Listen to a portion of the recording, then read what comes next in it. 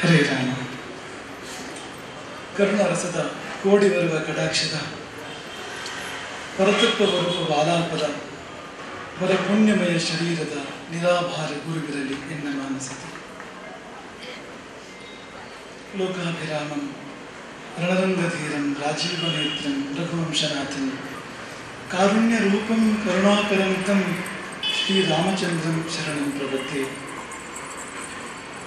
ಪಂಚಗಾವಸ್ತನುತ್ಪನ್ನಾಃ ಮಧ್ಯಮಾನೆ ಮಹೋದಧೋ ತಾಸಾಂ ಮಧ್ಯೆ ತು ಯಾ ನಂದ ತಸ್ಯೈ ದೇವ್ಯೈ ನಮೋ ನಮಃ.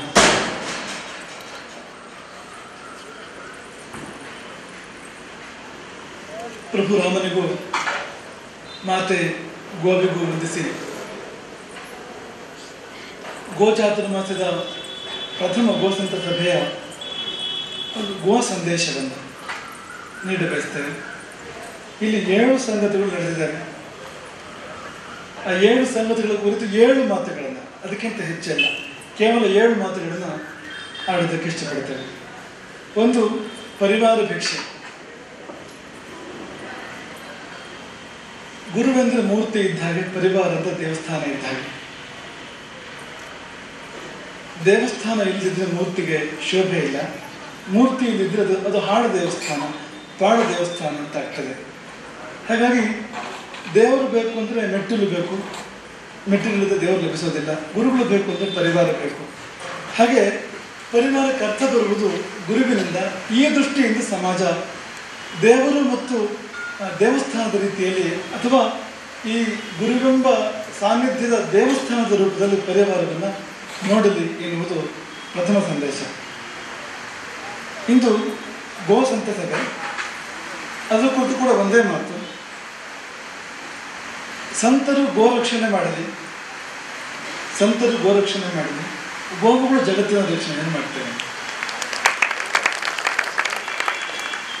ಇನ್ನು ಗೋಸಂತ ಸಭೆಯ ಅಂಗವಾಗಿ ಪರಿವಾರದ, ಪೂರ್ವ ಪರಿವಾರದ ಕೃಷ್ಣ ಹೆಗಡೆಗೆ ಒಂದು ಸನ್ಮಾನ, ಗೋಸೇವಾ ಸನ್ಮಾನ.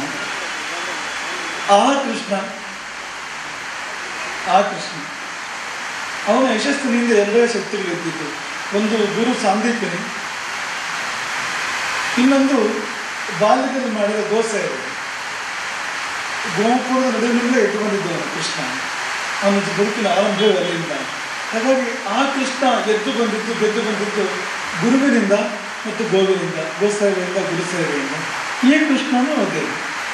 ಆತ ಮಾಡಿದ್ದೆರಡೆ, ಒಂದು ಗುರುಸೇವೆ, ಇನ್ನೊಂದು ಗೋಸೇವೆ. ತನ್ಮೂಲಕ ಆತ ಜೀವನದಲ್ಲಿ ಗೆದ್ದು ಬಂದಿದ್ದಾನೆ. ಉಳಿದವರಿಗೆ ಆತ ಮಾದರಿ. ಇನ್ನು ಓಬಿ ರೆಡ್ಡಿ ಇಂದವರು ಗೋಸೇವಾ ಪುರಸ್ಕಾರಕ್ಕೆ ಭಾಜನರಾಗಿದ್ದಾರೆ. ವಿಜ್ಞಾನಿಗಳು ಅವರನ್ನು ಮುಂದಿಟ್ಟು ವಿಜ್ಞಾನದ ಲೋಕಕ್ಕೆ ನಾವು ಒಂದೇ ಮಾತನ್ನು ಆಡಲಿಕ್ಕೆ ಇಷ್ಟಪಡ್ತೇವೆ. ವಿಜ್ಞಾನವೇ ಒಂದು ಗೋವನ್ನು ನೋಡು, ನಿಮ್ಮ ಇಡೀ ಅನ್ವೇಷಣೆ ಸಂಶೋಧನೆ ಗೋವಿನೊಳಗಾಗಲಿ ಸಾಕು ಜಗತ್ತಿಗೆ. ಅದಕ್ಕಿಂತ ಹೆಚ್ಚು ಬೇರೆ ಏನೂ ಬೇಡ. ಇಡೀ ಜಗತ್ತಿಗೆ ಬೇಕಾಗಿದೆ ಎಲ್ಲವೂ ಅಲ್ಲಿದೆ, ಗೋವಿನಲ್ಲಿದೆ.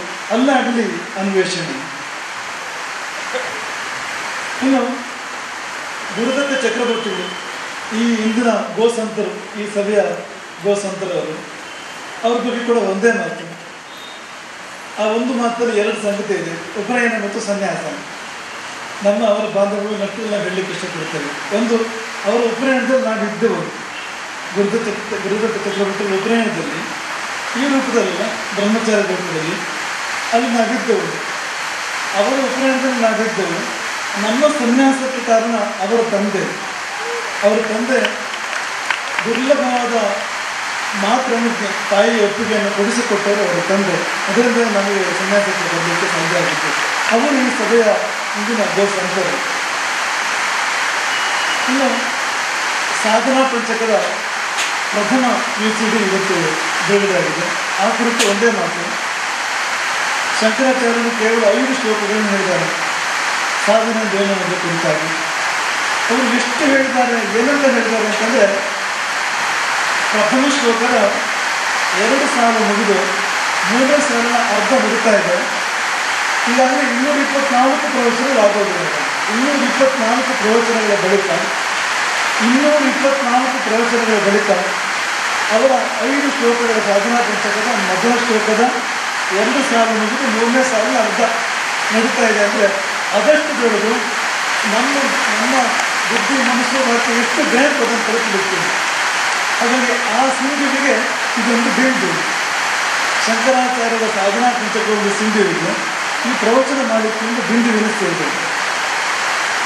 ಇನ್ನು ಶ್ರೀಮಠದ ನಿತ್ಯವಿಧಿ ನಮ್ಮ ಪರಿವಾರದ ದತ್ತಾತ್ರೇಯ ಶ್ರಮದಲ್ಲಿ ಅನೇಕರ ಸಹಕಾರದಲ್ಲಿ ಈ ಒಂದು ಪುಸ್ತಕ ಇವತ್ತು ಲೋಕಾರ್ಪಣೆಗೊಂಡಿದೆ. ಪರಿವಾರದಲ್ಲಿ ಇರುವವರು ನಿತ್ಯ ಪಠಿಸಬೇಕಾದ ಮಂತ್ರಗಳು, ಸ್ತೋತ್ರಗಳು, ಅವರ ಅಗತ್ಯಗಳ ಕುರಿತು ಇದು ಇರುವಂಥದ್ದು. ಇವತ್ತೇ ಇದು ಲೋಕಾರ್ಪಣೆಗೊಳ್ತಾ ಇದೆ.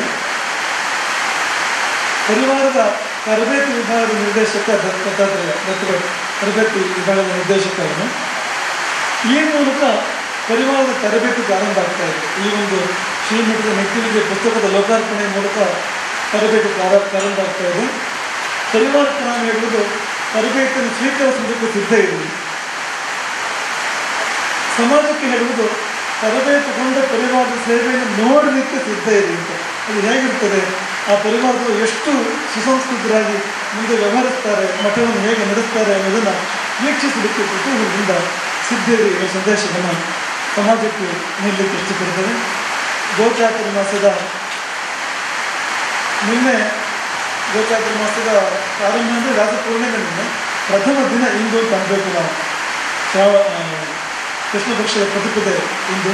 ಈ ದಿನದಲ್ಲಿ ಇಲ್ಲಿ ಬಂದು ಸೇರಿರ್ತಕ್ಕಂಥ ನಿಮ್ಮೆಲ್ಲರಿಗೂ ಗೋಮಾತೆ ಮತ್ತು ಗುರುದೇವರುಗಳು, ಈ ತ್ರಿವೇಣಿ ಸಂಗಮ, ಗುರು, ಗೋವು ಮತ್ತು ದೇವರು, ಈ ತ್ರಿವೇಣಿ ಸಂಗಮದಲ್ಲಿ ನಿಮ್ಮಿಂದ ಪುಣ್ಯ ಫಲ ನಿಮಗೆಲ್ಲರಿಗೂ ಬರಲಿ, ಎಲ್ಲರಿಗೂ ಉಳಿತಾಗಲಿ ಅಂತ ಮಾಡ್ತಾರೆ. ಹರಿರಾಮ.